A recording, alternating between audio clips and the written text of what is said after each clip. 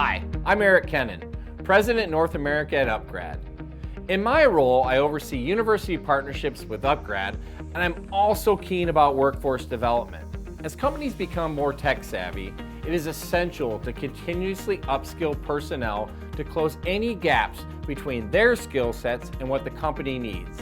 The Future of Jobs report from the World Economic Forum predicts that by 2025, 50% of all workers will require retraining.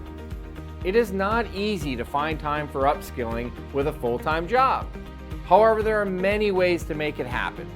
Here are 3 practical ways to make time, which is so very important for your career progression. Step 1, determine your why. As with other things, you need to get to the heart of why you want to upskill. We are rational beings, and unless we know our core purpose for wanting to do something, we will not be motivated and determined enough to know what we would give to get there.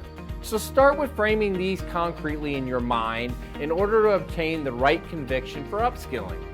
Step 2, get organized. Set aside time for upskilling in your schedule. After you have determined your why, it's time for action.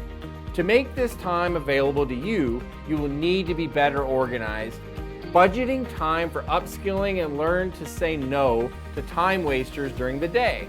Step 3, start with something practical, like taking up a part-time or online course that lets you upskill with enough flexibility at your own pace. This also lets you study from anywhere you are in the world.